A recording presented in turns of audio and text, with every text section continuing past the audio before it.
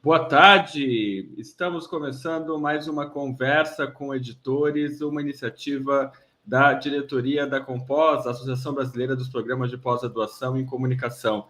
Desde agosto, a gente tem feito uma série de bate-papos com editores, sempre de uma revista acadêmica do Brasil e outra de fora. A gente já conversou com editores da Colômbia, de Uganda, dos Estados Unidos, de Singapura. E hoje a gente vai conversar com editores das revistas Media, Culture and Society, da Inglaterra, e da revista E-Compós, a revista da própria Associação dos Programas de Pós-Graduação em Comunicação aqui do Brasil. E para moderar essa conversa de hoje, a gente vai chamar a professora Juliana Gutmann, professora do Programa de Pós-Graduação em Comunicação e Culturas Contemporâneas da Universidade Federal da Bahia. Oi, Ju, tudo bem?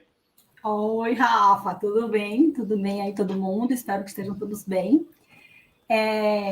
Eu queria primeiro, dar início a mais uma edição, na verdade, do Conversa com Editores Conversa com Editores de Revistas, uma iniciativa da Compós, a Associação Nacional dos Programas de Pós-Graduação em Comunicação, e eu queria destacar que é uma iniciativa muito importante num momento tão urgente da pesquisa e da educação no país. Então, eu queria, de fato, parabenizar a coordenação científica da Compós por este espaço, que tem sido tão rico para partilharmos práticas editoriais, desafios das revistas, questões sobre impacto, sobre internacionalização, sobre ciência aberta, acesso aberto, e que já juntou gente de tantas partes do mundo.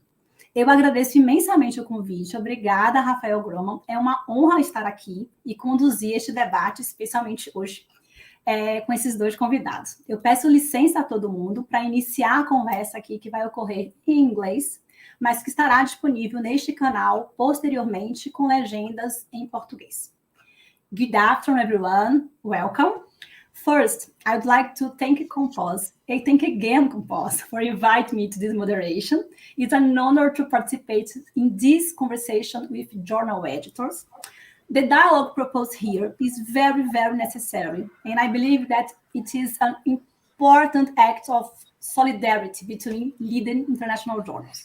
So I really would like to take this opportunity to congratulate the scientific coordination of Compós for this action. I also thank the editors present here. I'm sure you have a lot to learn. You have already had conversations with important Brazilian editors and from around the world. This is probably, I think, an opportunity that the pandemic has given us to get used to connect people more and more with this kind of virtual events. And in this case, discussing what's one of the most important aspects to us at the moment and in this context, access and dissemination of science.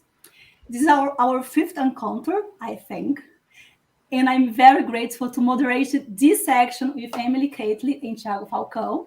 Emily Keightley is professor of Media and Memory Studies at the Loughborough University and an editor of Media, Culture and Society Journal. Thiago Falcão is an associate professor of digital media at the Federal University of Paraíba and an editor of E-Compós Journal. On behalf of Compós, I'd like to thank you both again for accepting this invitation. Let's start by listening to the editors, and after that, we will open for the debate. Emily Keightley, please take your time. Thank you again for being with us. Thank you, and thank you so much for inviting me. It's a real privilege to be able to come here and talk today and have a dialogue about journal publishing. And I'm sure I'm going to learn a lot as well. So I'm very much looking forward to it. I want to talk today a little bit about the journal Media, Culture and Society, which I'm an editor of and have been for a number of years now. Media, Culture and Society is what we kind of, it's an English language journal to start with, founded by scholars from the UK.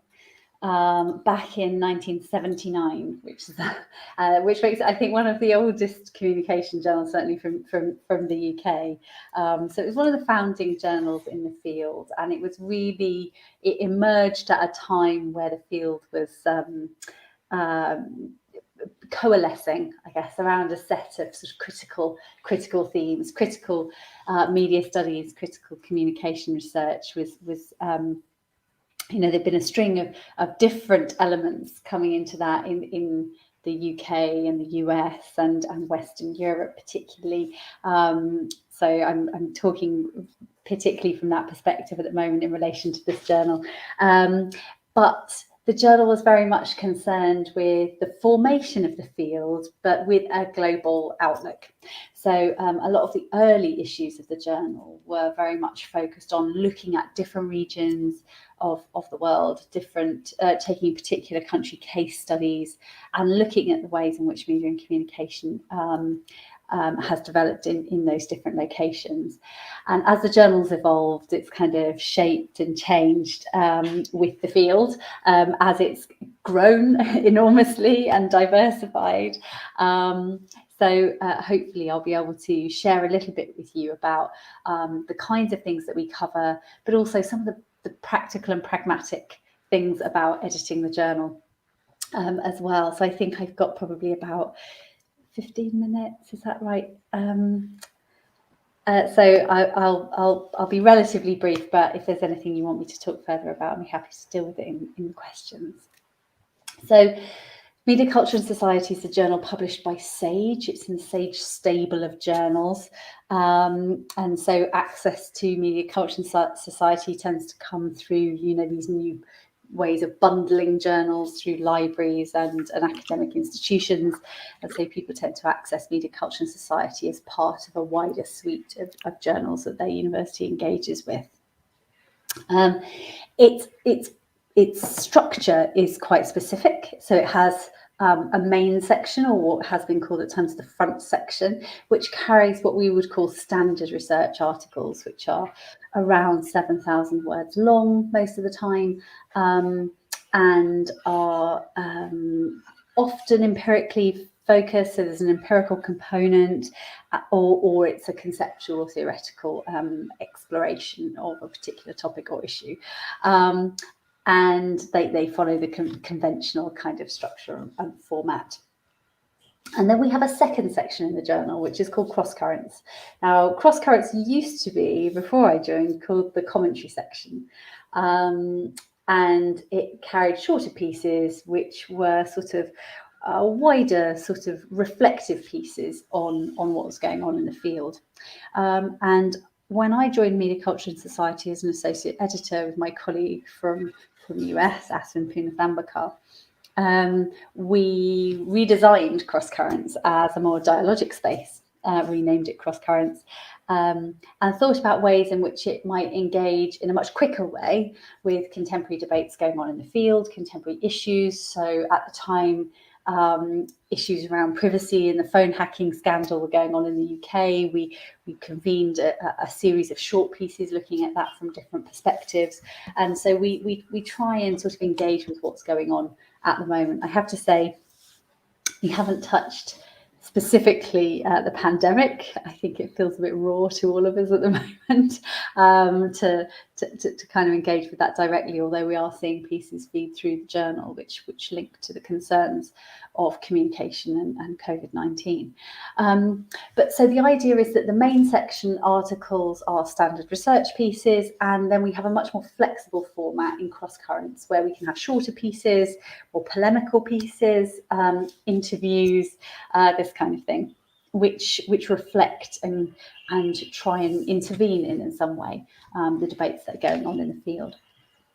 So if you go and have a look at the journal website, which is pretty easy to find, I think, it tells you a little bit about the aims and the scope of the journal.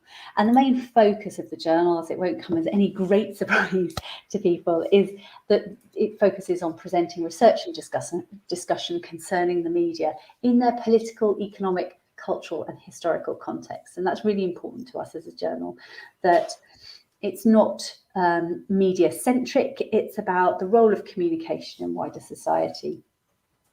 So we take the sort of the sociological context into consideration. So in that sense, it's kind of interdisciplinary. So we deal with people who identify very much as from communication studies, but also from cultural sociology, political science, and economics as well. And all those people hopefully can find a home around this shared concern with media and communication in Media, Culture and Society. I think one of the interesting things about that is that it's very broad. We are deliberately a generalist journal, as was envisaged sort of when the journal launched back in 1979. So what we've seen, and I know in previous sessions you talked quite extensively about the global publishing landscape and particularly what it's looked like in the UK, the US, Western Europe. The publishing landscape has led to the proliferation of academic journals, which everyone has their own opinion on, but certainly we're seeing more and more material being published, which is in many ways a good thing. It's good to have access to that scholarship.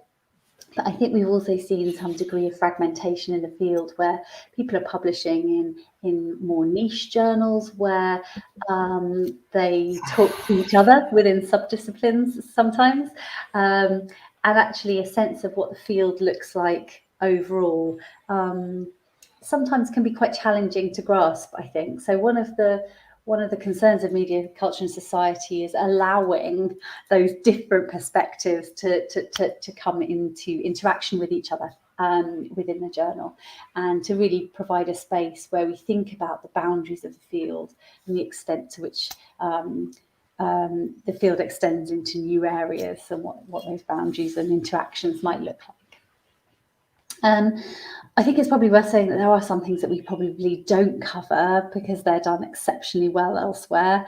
We've never really been a film studies journal. It's not that we don't touch anything to do with film. It's just that film studies, as it's emerged from literary studies, very distinctive sort of subdiscipline.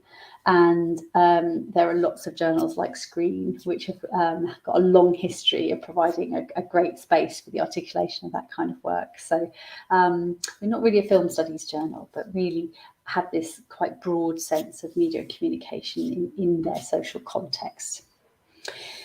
And probably relevant for this conversation is to come back to this issue of the international scope and perspective that we hope to foster in media, culture and society.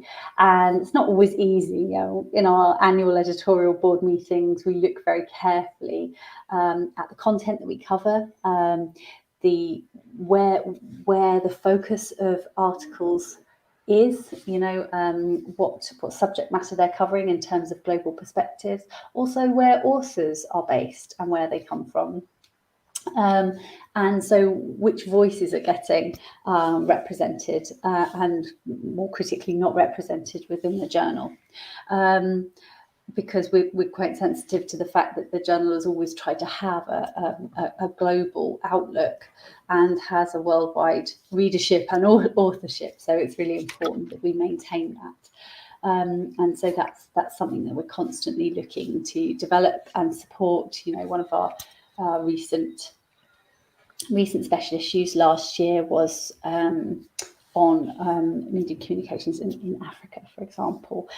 So carrying on that tradition where it becomes important to do so, that we started off back in the 70s with this kind of providing a space for country-specific or region-specific or whatever foci on particular topics and issues, in order to ensure that those things aren't hived off as separate to the field somewhere, and they can be seen as central as part of the conversations around media communication in context. So I guess I could say a little bit about the editorial board and the management of the journal, which might be useful, might provide a bit of a context and setting for everything else.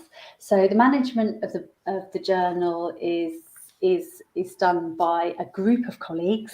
There's me, Professor Anna Redding, Professor Philip Schlesinger, Colin Sparks, Asim Pimfamaka, John Corner, Raymond Boyle, and we are the editorial board. And we also have two associate editors, Eva Lee, who's at Lancaster, and Simone Natali, who's in Turin. Now, nearly all of the editors are from the UK or have often spent time elsewhere, or are currently working in Europe, apart from Asvin, who works in the US. And we have an editorial administrator, Jane Bryan, who is wonderful and keeps the whole show on the road most of the time.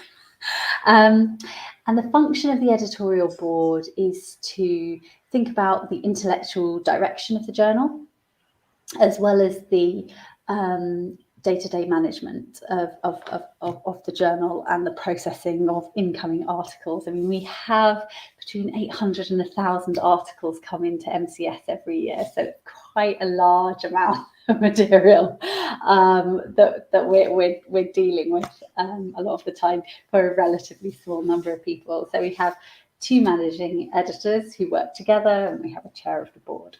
And those are roles that people play at different points in time when they're on the editorial board.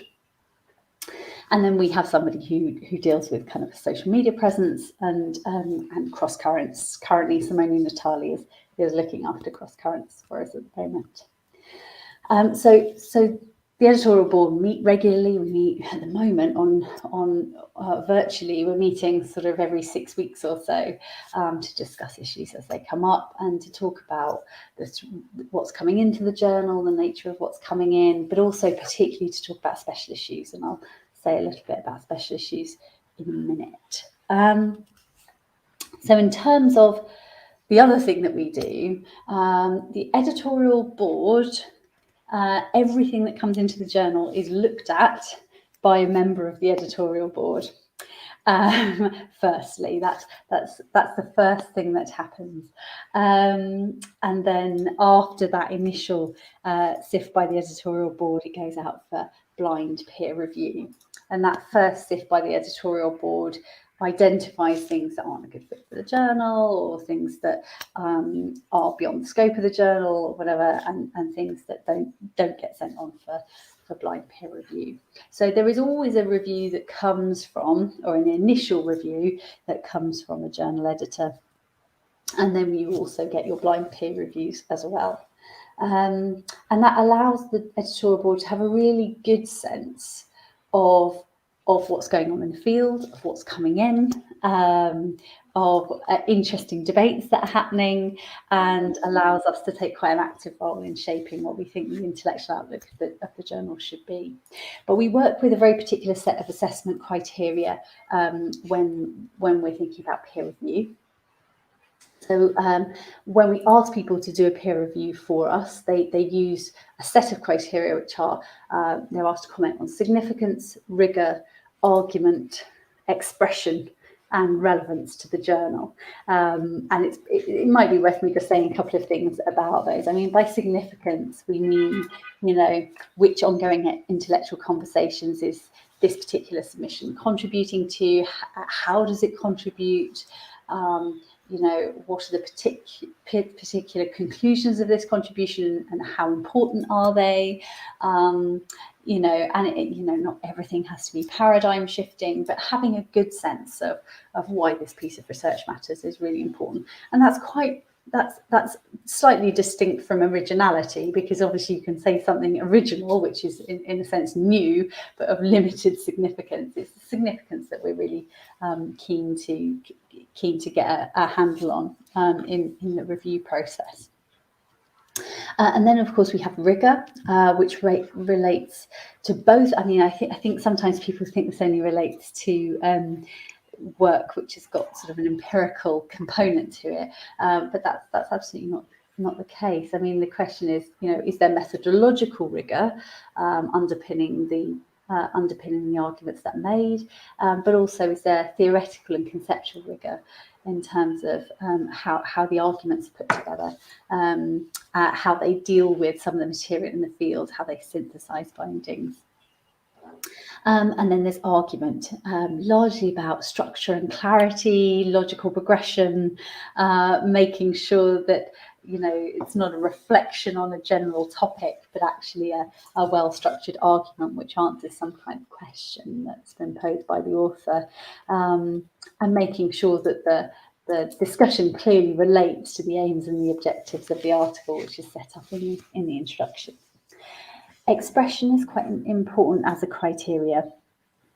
I don't know whether this has been spoken about before in in the series, but certainly it's something where language use is really important, where people communicating their ideas clearly is important. And obviously this raises issues around, as an English language journal, where people have English language as a second language, and where there might be a really high quality piece of work, but the expressions are off. You know, how can we see this as part of a copy editing process? Do we need to ask people to go back and look at their expression and language use, or, you know, can we consider helping them in some way by providing some editing or language services?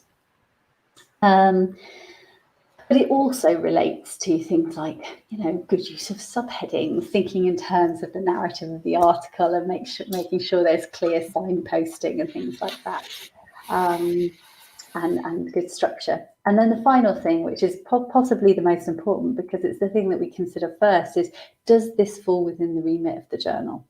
You know, it can be an absolutely excellent article, but if it doesn't fall within the remit of the journal, it would be much better placed elsewhere.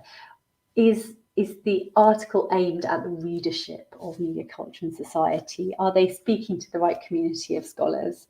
You know, how is this argument located? So that's something that we consider first, actually, rather than last, as I put it in this list. And I think it's probably, so that's the peer review process, and then obviously the peer reviews come in, and we don't have major revisions because of the volume of material that we have coming through the journal. We have the option of accept, minor revisions, or reject.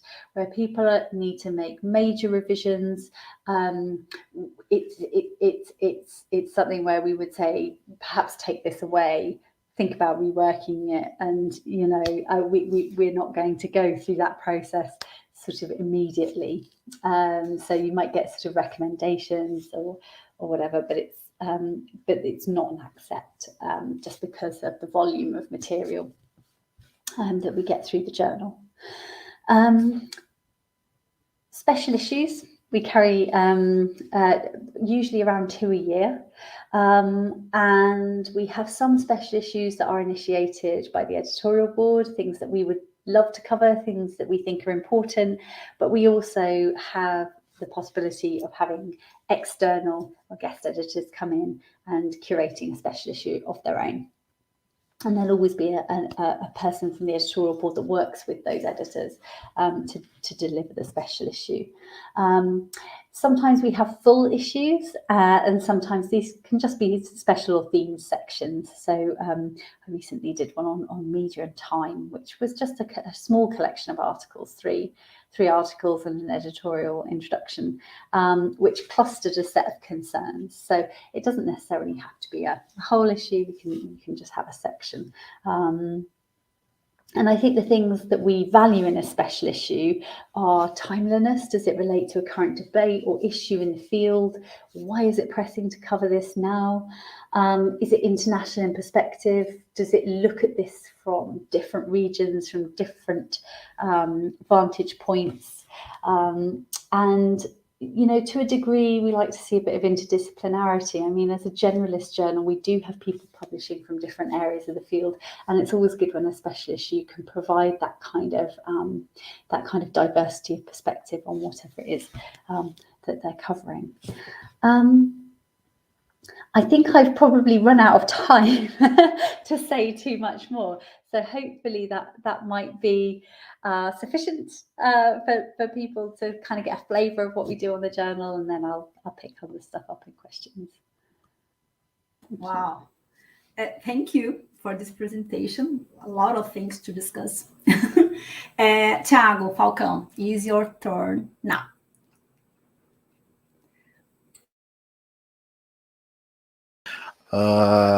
Thank you, Rafael, and the association for the invitation to speak at this meeting, this gathering.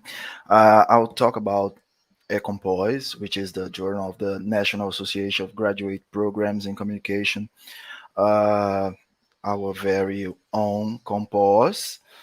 And maybe this is the first thing I would discuss when discussing E-Compós, its specificity, because when we talk about this journal, which is a journal that strives to cover the whole of communication, which is a great deal. You guys just saw Emily talking about how they, for example, in Media, Culture, and Society, don't publish articles that interact with film studies because, well, they are better placed elsewhere. E-Compós, well, I mean, we work on the contrary of that. Well, we go against that policy, because since we are since we try to represent the National Association of Graduate Programs in Communication, we also try to accommodate the whole of the field in Brazil. So it is very important to us to try and contemplate as many areas as we can when we are trying to, well, close up a number or an edition, for the matter. So this is a very specific feature of E-Compós, and it has its perks, but it also has its problems. And one of its problems is it's very difficult to narrow down the audience, not only the audience, but also the theme, the general theme of the journal. So I think I would start with that. This presentation will not be particularly long. It's brief. We have, I think I have lots of questions to pose to Emily. So I would love for her to well, talk more. So this would be the first point. The second point is we are a board of 5 editors. So you know, it's even though we try to represent the association, we are a very small journal compared to other journals in Brazil, I might add.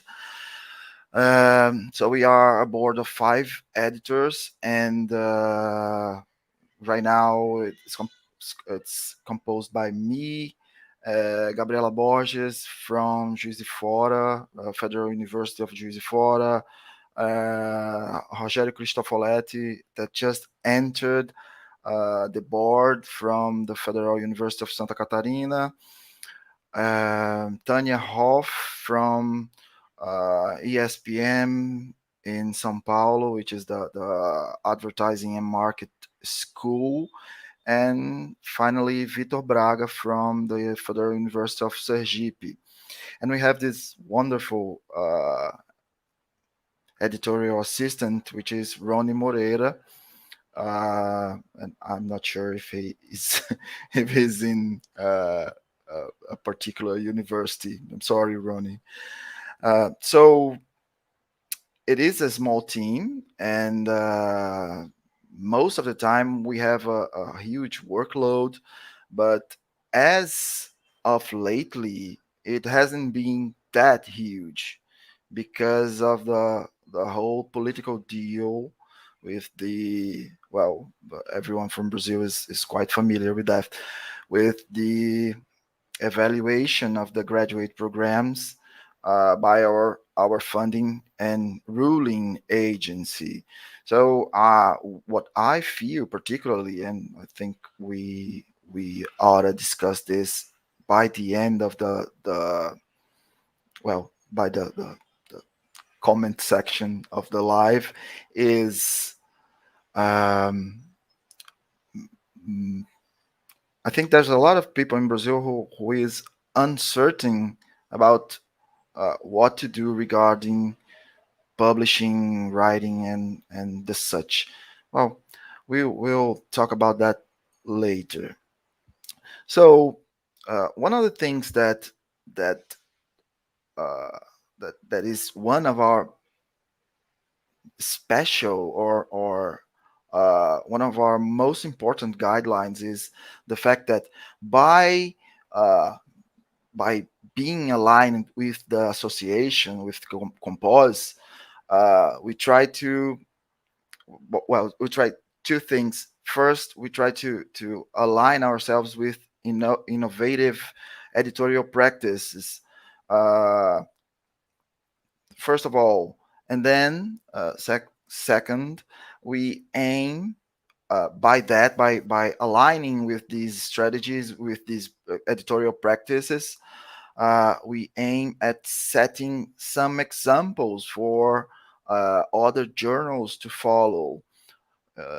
You see, the area of communication in Brazil is well, I would say still.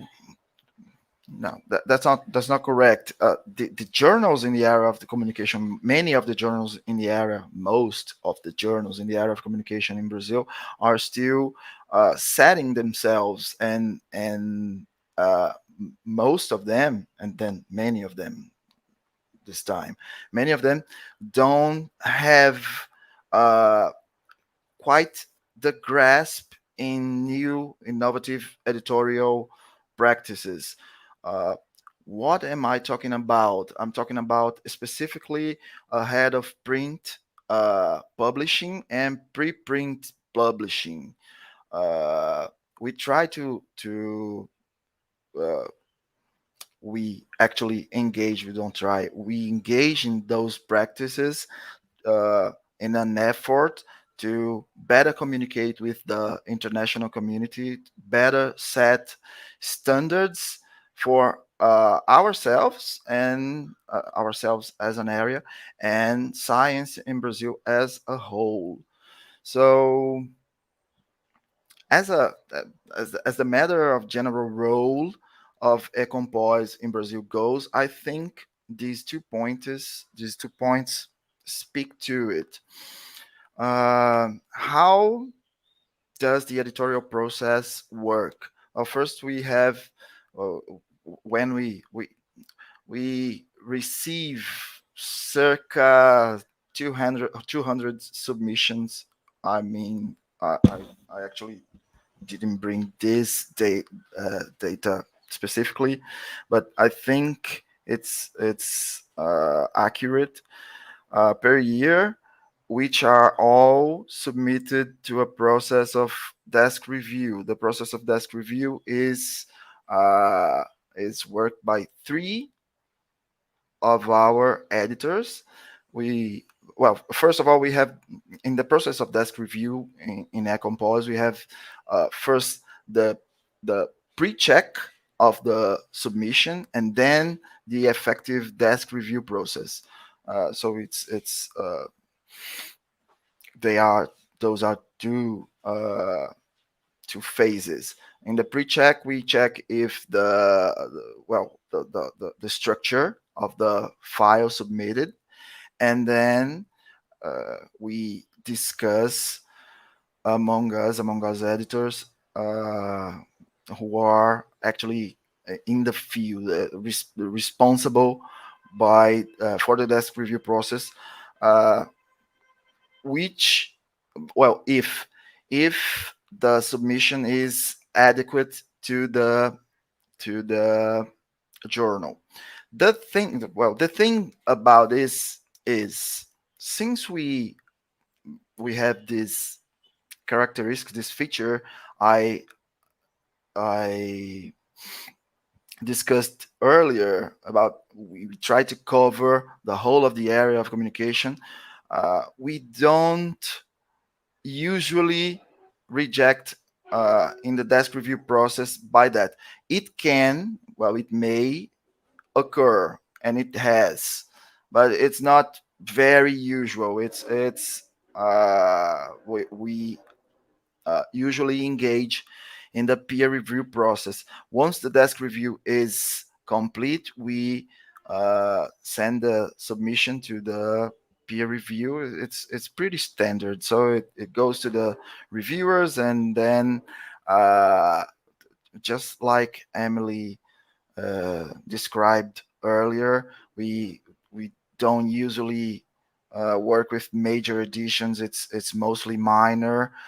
So the reviewers discuss, they evaluate the article, and then it comes back to us, and it goes on. So it's pretty standard. Once the article is accepted, it goes to the editing process. So this is it. I think we can discuss it further, but it's pretty standard, our process. I think the most interesting thing about our editorial process is the desk review process, which I'm not sure it's standard to Brazilian journals. So I think that's it. And then about the future of the journal. We have two ways we have been discussing since I think since last year. It's been a year already, but specifically since the beginning of this year, which are ways of improving the impact, which is very important to us, of course, naturally, the impact of the journal. And this is also another point which is worth discussing, because science in Brazil has been largely communicated through social media. So we have been discussing better engaging the improvement of the practice of science communication, specifically because of the platformized world we live in. So we really think, and I know this effort, this live event, this conversation is inspired by the need of improvements in the area of science communication for Compós and for the area of communication as a whole. So we are really committed to that. We have been in conversations, and we are trying to develop plans, but they are not quite finished. So I can't gloss over them, but I can't really discuss them in detail. But it has to do with the necessity of spreading our word for beyond the boundaries of only the communication, the area of communication. First of all, that, and then we have this which is our biggest obstacle right now, which is the translation process of the journal. It's one of the things we've been discussing is the need for us to be indexed into better indexers. And to do that, we have been signaled that we strongly need the journal to be in English. And this is such a challenge. First of all, because of funding, as everyone might know. It's not a cheap process. It's on the contrary, it's a very expensive process. And given the state of science in Brazil, it doesn't really bode well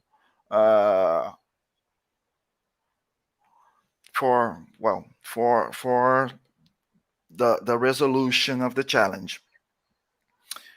So we have been discussing alternatives to actually publish E-Compós in English, and these are our two main ways of looking at the future right now.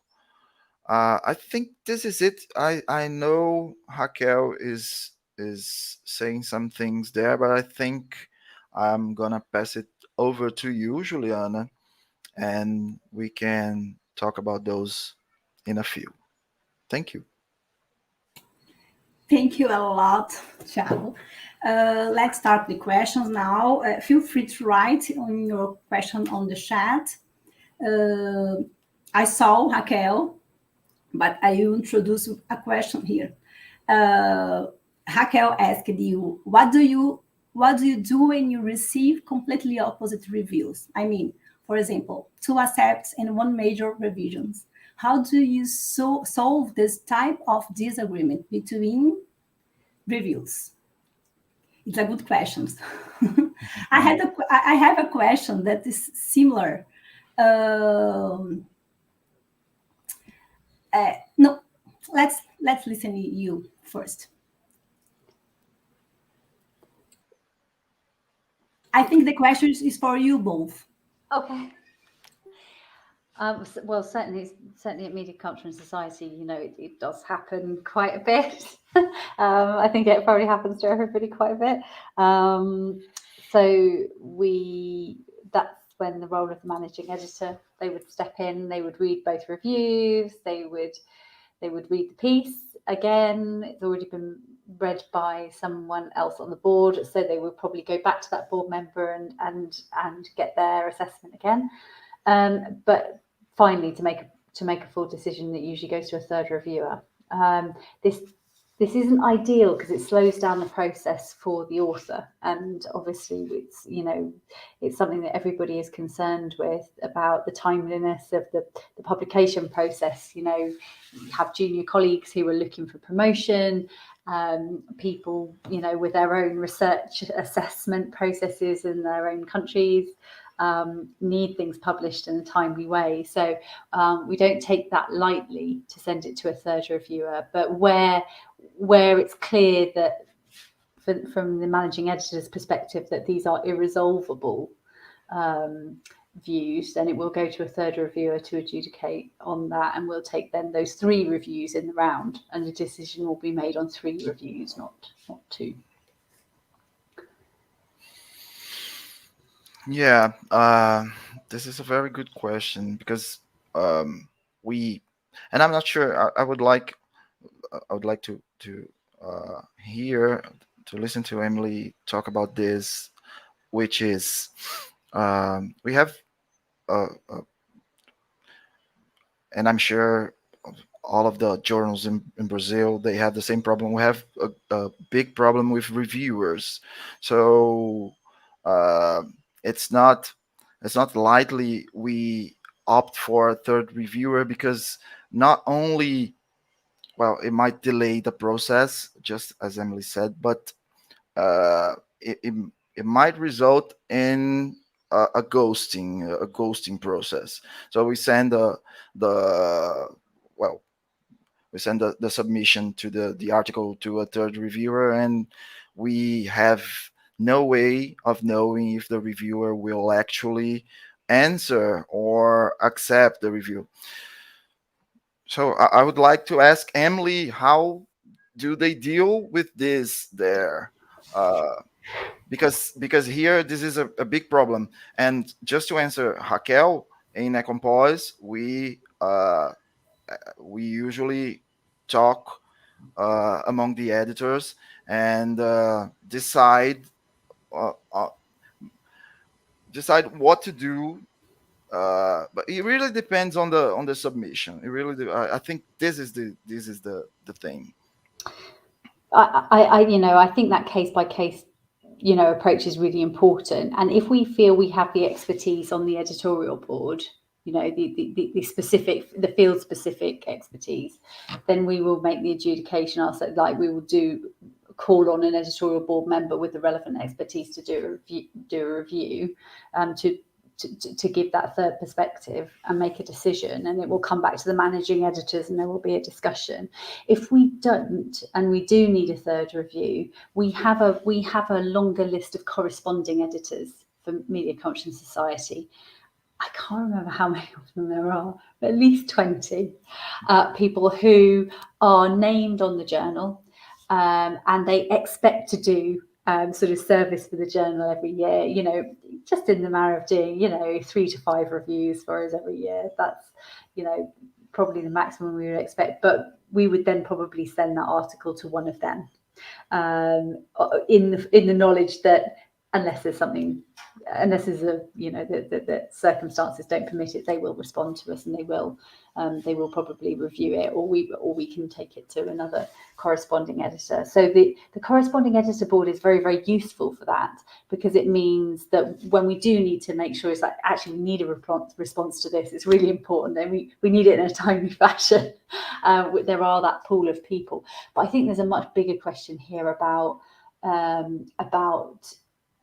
peer review as a process, the expectation of the academic labour involved in peer reviewing, you know, that we tend to approach well-known figures in the field who have very little capacity to do that, and then junior colleagues get lumbered with it a lot of the time because they feel they can't say no.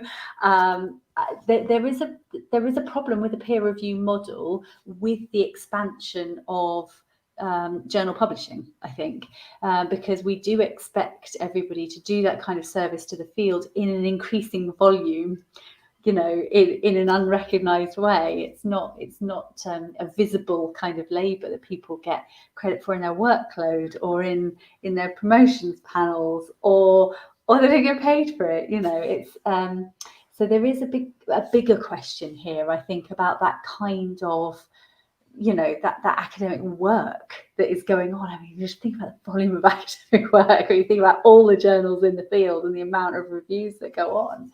It's phenomenal. It's an absolutely phenomenal amount of work. So I have a huge amount of respect for people that take on peer reviews. You know, I do a lot of it as well, but it's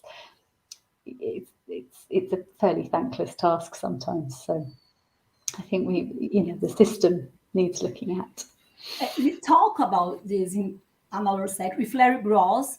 I think review is the main difficult to manage, because as reviewers we know the importance of this work. Yes, science is for all, the collective production, but as reviewers, you know, that's not always like this. You have the problem with the quality.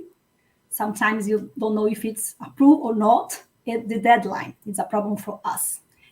It's a big problem. Raquel Recoeiro, our colleague, asked again, and do you send the opposite reviews to the editors or edited them in some way, particularly when this happens on the end of the process, for example, round 2 or 3? Specific question. A very specific question. I am going to give probably what might be an unsatisfactory answer and say it depends on the case. I think there's very little value in providing completely contradictory perspectives to an author and expecting them to somehow mediate between them. It doesn't mean that we wouldn't necessarily send the reviews, but we would possibly send some guidance on how to interpret those reviews, saying, we think the most important aspects of this review and this review are this and this. Perhaps you could attend to those. I mean, editing reviews, it's a bit of a sticky, wouldn't be very comfortable with editing people's reviews. However, the problem of sending contradictory reviews is self-evident. What is this poor author meant to do with these? And I think we've probably all at some time or other been on the receiving end of something like that. It's not very helpful. So I think there is some work for the managing editors to do, the editorial board to do, in terms of providing some guidance of where they think the authors can productively respond. And I think also authors, most authors know that they're not expected to do absolutely everything that a reviewer recommends. It's got to be coherent. You can't rewrite the article as something completely different. So I think we always ask our authors to give an account of how they've responded to the recommendations. And that is what the managing editor will look at when it comes back in. Say, okay, these were the reviews. These are what you say you've done to it. Have a look. Yeah, fine. You clearly have addressed them. Yes, that makes sense for you to have done it like that, and that's okay. So I think that there's quite a bit of work to do from the editorial board or the managing editor or whoever it is in the given journal to provide the authors with some guidance. And I think if the authors don't feel like they've got that guidance, they can go back to the journal and say, look, we've got some very strange reviews going on here. Could you give us some advice on how you would like us to navigate these two competing perspectives, and pull out any particular points that they're concerned about? I don't think that's an unreasonable thing to do as an author. Let me ask you something, Emily, please. How often do you reject articles on round 2 and 3, and how do people usually take that, or I don't know, how do you manage to do that if needed? So that's a really good question, and it's a good question because we've recently moved. It's relatively recent that we've just got rid of the category of major revisions, and partly it's to do with this that when we say minor revisions, we do actually mean minor revisions, and so they should be quite straightforward to do. And if they're not done, you could go back to somebody and say, actually, no, please, no, really do this and this. And ask them to do it again. And so I can't. It's very difficult to imagine a scenario where it wouldn't be publishable after one, or at the greatest stretch 2. And that was one of the motivations of getting rid of major revisions, or revise and resubmit as it's sometimes called, where articles were hanging around in the system, going through lots of iterations of revision, never really getting to the point where they were publishable. And that's not fair on the authors. And it's not great for the journal in terms of the amount of labour involved in something that doesn't get published. So I don't think it was doing anybody any favours. So that was part of the motivation for getting rid of major revisions or revise and resubmit as a category, to get us out of that position. And we have, precisely because we have had those situations where things have gone through 1, 2, even 3 rounds of revision and still not been publishable. And of course, it's very upsetting for an author to then be rejected, and we would really not want to do that, but it is a last resort. So yeah, it has happened, but very rarely. So I think it's really incumbent on the editorial board to think carefully about how easy it is going to be for this author to turn this into a publishable article. So it has to be achievable. So I think it's about creating an environment in a journal where you're very clear about what people need to do in their revisions, and to make them achievable. And if you can't do that, perhaps it's not right to accept that article in the first instance, and give some feedback for why it's been rejected. But then that gives the author something to go away with and work on and think about, and potentially think about putting it elsewhere after they've given it some thought. But to give people a sense that it's been basically accepted but needs a vast amount of work, I think is quite problematic. Yeah. I would like to go back to some points that you both talked. It's similar, my question now, to the Rafael Gutmann. He puts on the chat. But my question is, you both talked about the different perspectives and context, about the scope of E-Compós that is different. But I want to ask you both about how can you think, or how do you think about the participation of researchers from the Global South in the international journals, which are mostly about research done in the North. How do you think about this, of course, considering your different backgrounds? from Europe and Latin America. So my question is similar. Rafael wrote here something like this. These are the questions. Okay. Do you want me to take this? Do you want me to take this first? Please. Yeah, it's a really difficult issue. I mean, it's really, really difficult, you know, in an English language journal to accept the very principle, well, not to accept it, but to recognise it and then deal with it, to do something about the very principle that you operate in a colonial language, and that just by virtue of communicating in that language that it's highly exclusive, and you know, there are histories which are marginalized from it. There are groups of people who are marginalized from it as authors and as audiences, and that's deeply problematic. Have we considered going multilingual? Honestly, no, we haven't. Partly because the editorial board doesn't have the skills currently to do that. It would also turn us into quite a different journal.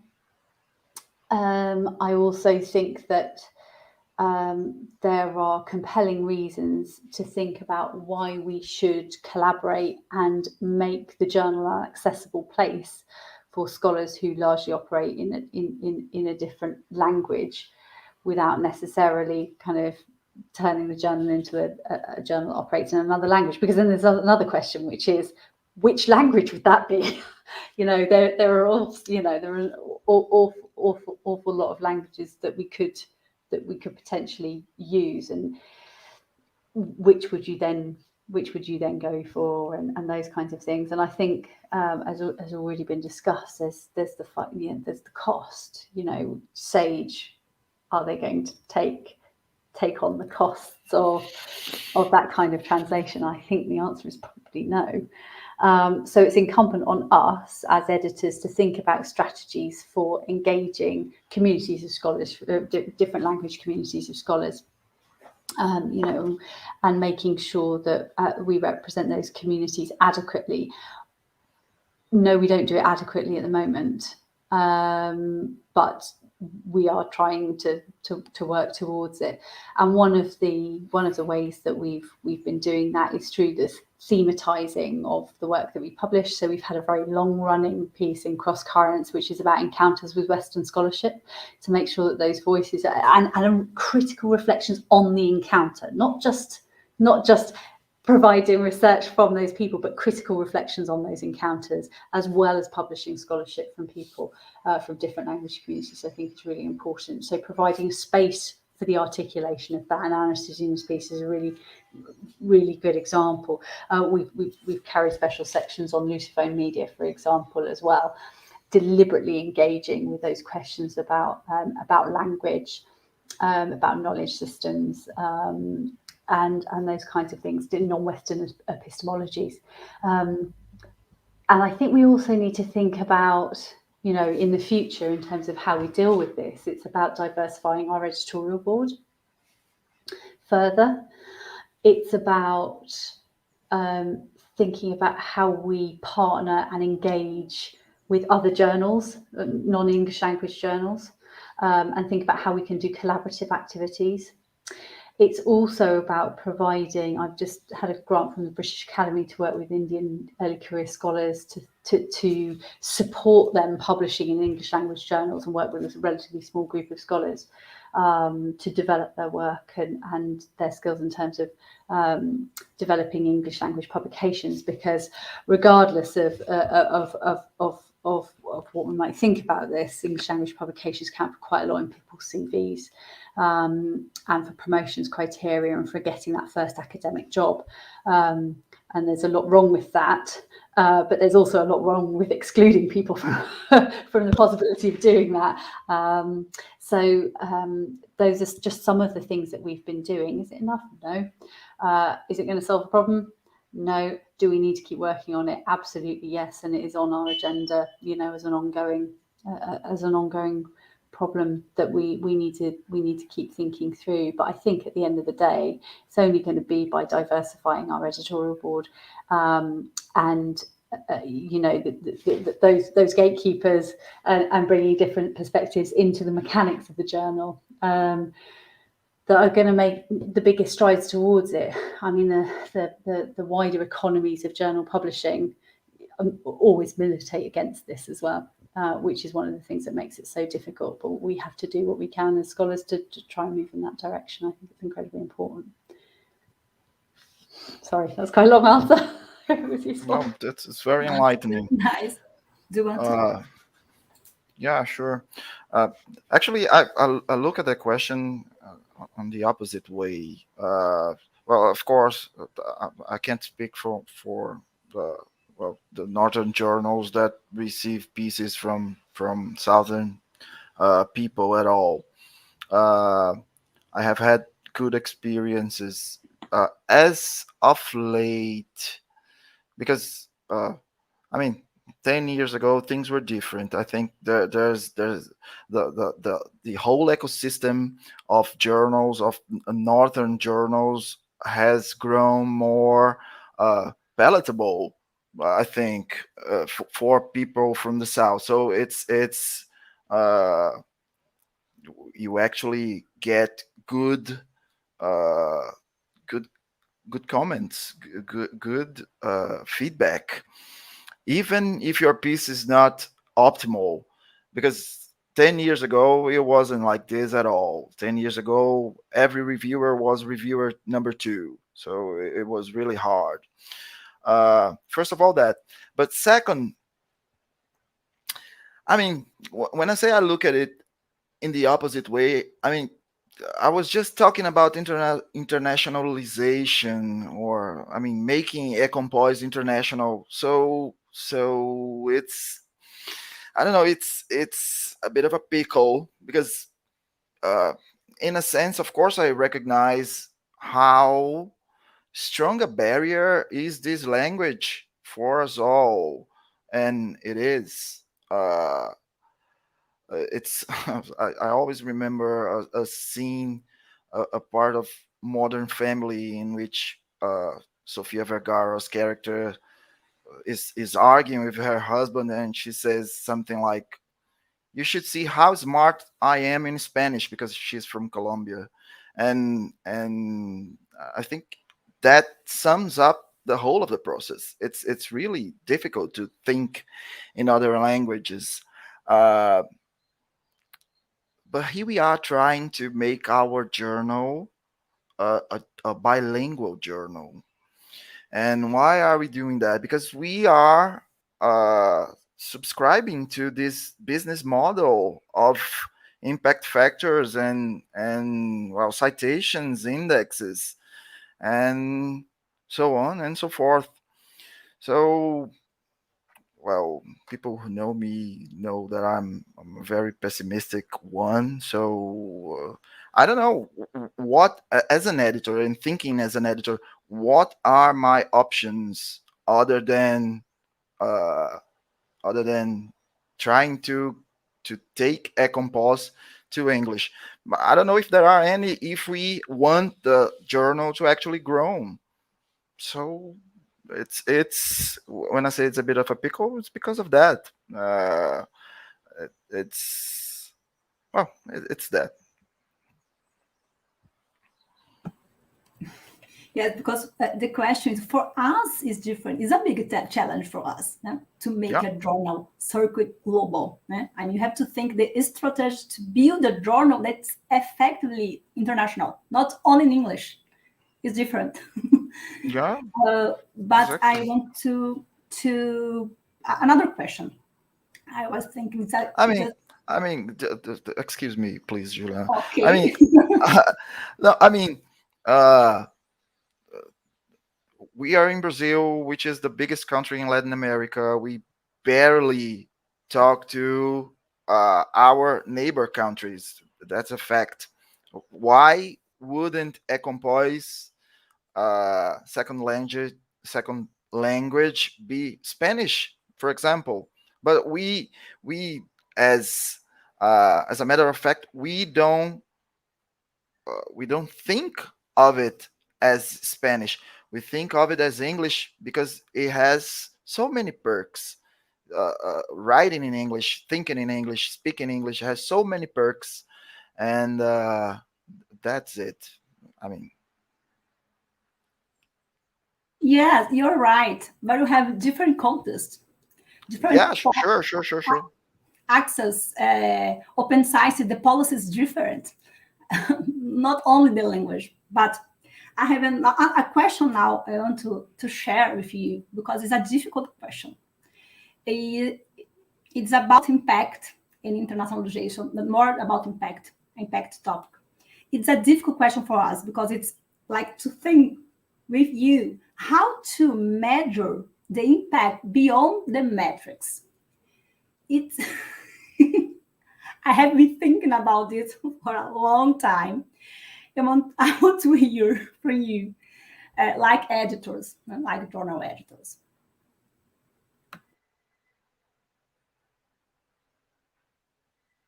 Is it possible? It could be not possible. Metrics is our measure is a difficult word. I think it is. I think actually stepping, impact factors and citation indexes and all of those things have a particular relevance for journals and journal editing. But I think what you're talking about is something slightly different, because the metrics and the figures, they don't necessarily bear a lot. They vary based on just the number of issues per year your journal has, and a variety of other things. It's how useful they are beyond being something that you get to refer to. I don't know. But in terms of how you think about impact outside of impact factors, certainly the way I think about it, and I think colleagues at MCS think about it, is in terms of the capacity to stimulate conversations. And we're always very excited we get a piece that elicits responses, or when we have, like the Encounters with Western Scholarship, we were overwhelmed with incoming material. In that sense, is it the journal having it? It's partly the journal, in the sense that it's provided a platform for those conversations to happen, but it is the work of the scholars who are contributing to it that has an impact and a salience, and people then, there's an ongoing conversation around it. And for me, that was why Cross Currents as a space was so important, to allow those conversations to happen, that we could publish responses and partner pieces, and people come to us and say, well, I want to publish this piece and I think you might get some responses to it. Would you make space for them? And we might say, we might commission a response to that, or invite somebody whether they would be interested. But also you tend to get these things just kind of coming in. I think that's very exciting, because it feels like you're part of a conversation in a field where people are genuinely listening to each other. And the size of the field, the fragmentation in the field at the moment, sometimes we don't do that. And also the nature of academic work now, we're lucky if we get to see our colleagues that we work with every day and have conversations with them, let alone people from across the world. So I think impact, for me personally, but hopefully I think I'm speaking for my colleagues at MCS, I would say it's when we can see the journal getting stuck into being at the heart of, or stimulating conversations that people then participate in through the journal. Yeah, I think one of the ways of answering this question is looking at our evaluating process in our current evaluating process. I think the area of communication in Brazil, sadly, Emily won't be familiar with this process because it's very particular to Brazil. I think our colleagues devised an instrument to try and effectively, well, not effectively, because measure, as Emily said, it's very difficult, but devised an instrument to try and measure this type of impact that doesn't occur necessarily by citations and scores. The question is, well, how good does it work? And right now we have no way of knowing, because, well, it's all frozen solid.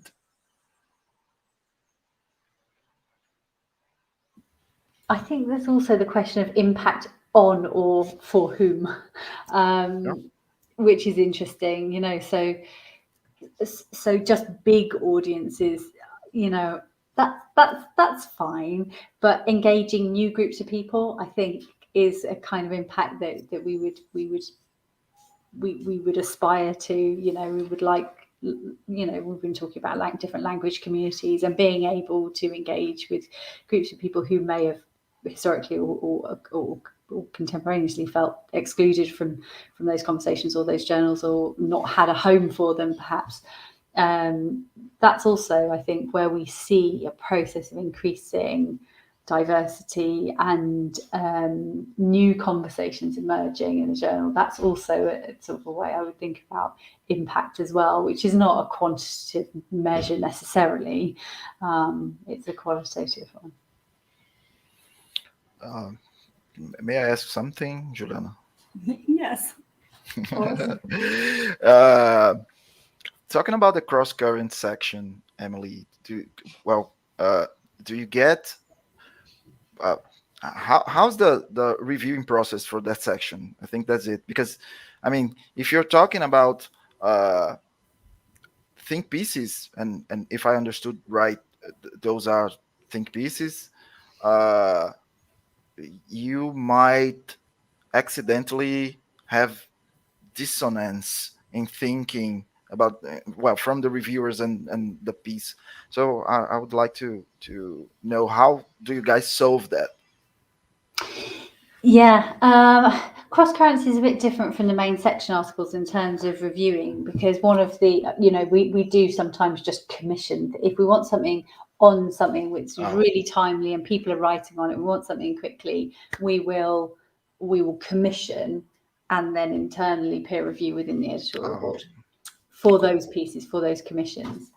Normal things that just come in by the standard route, a standard route submission, we would send out to reviewers. In my experience so far, we've tended to have people, even where they don't agree with people, they value the quality of the argument they make. So we do have reviews that come in and say, I just don't agree with this person, but actually, you know, I think it's a very valuable position. I don't agree with it, but I think they make an important case. And often those are the people who say, well, you know, if that's what you think, maybe write a response. So I don't think I've ever had, I think when we get reviews where, you know, and this goes for any journal article, I think, where we have reviews come in, and it occasionally happens, where people are a bit unreasonable in their criticism, then we would ask for different reviewers. You know, we won't send out something unreasonable to an author. You know, and just saying I just don't like what you say is not good enough. So yeah, we would get further reviews if that was the case. But cross current sort of varies because of the fast turnaround for commissions, and commissions are slightly different. But, yeah. Cool, thanks. Well, that's why it's so necessary, so important to think together. Thank you a lot, Thiago. Thank you, Emily, for sharing with us so many important things. Thank you for having me. Yes, as I said in the beginning, we learned a lot with you both. I hope you enjoy it. Thank you again, Compós, to promote this event. Thank you, everybody, for participating. Thank you, Rafael, especially Raquel Racoeiro, a lot of good questions. And I hope to see you soon. Take care. Goodbye. E a gente encerra agora mais esta sessão no Conversa com o editor de jornais. Lembrando que essa transmissão estará gravada posteriormente com legendas em português. E a gente anuncia também que a nossa próxima edição da Conversa será no dia 2 de dezembro, às 14 horas, com Inácio Aguadé, do Comunicar, da revista Comunicar, da Espanha, Helena Martins, Eptic, e Patrícia Moran, da Significação, com moderação do querido Jamil Marques, da Universidade Federal do Paraná. Fiquem bem. Espero ver todos e todas em breve. E até mais. Tchau. Bye, bye.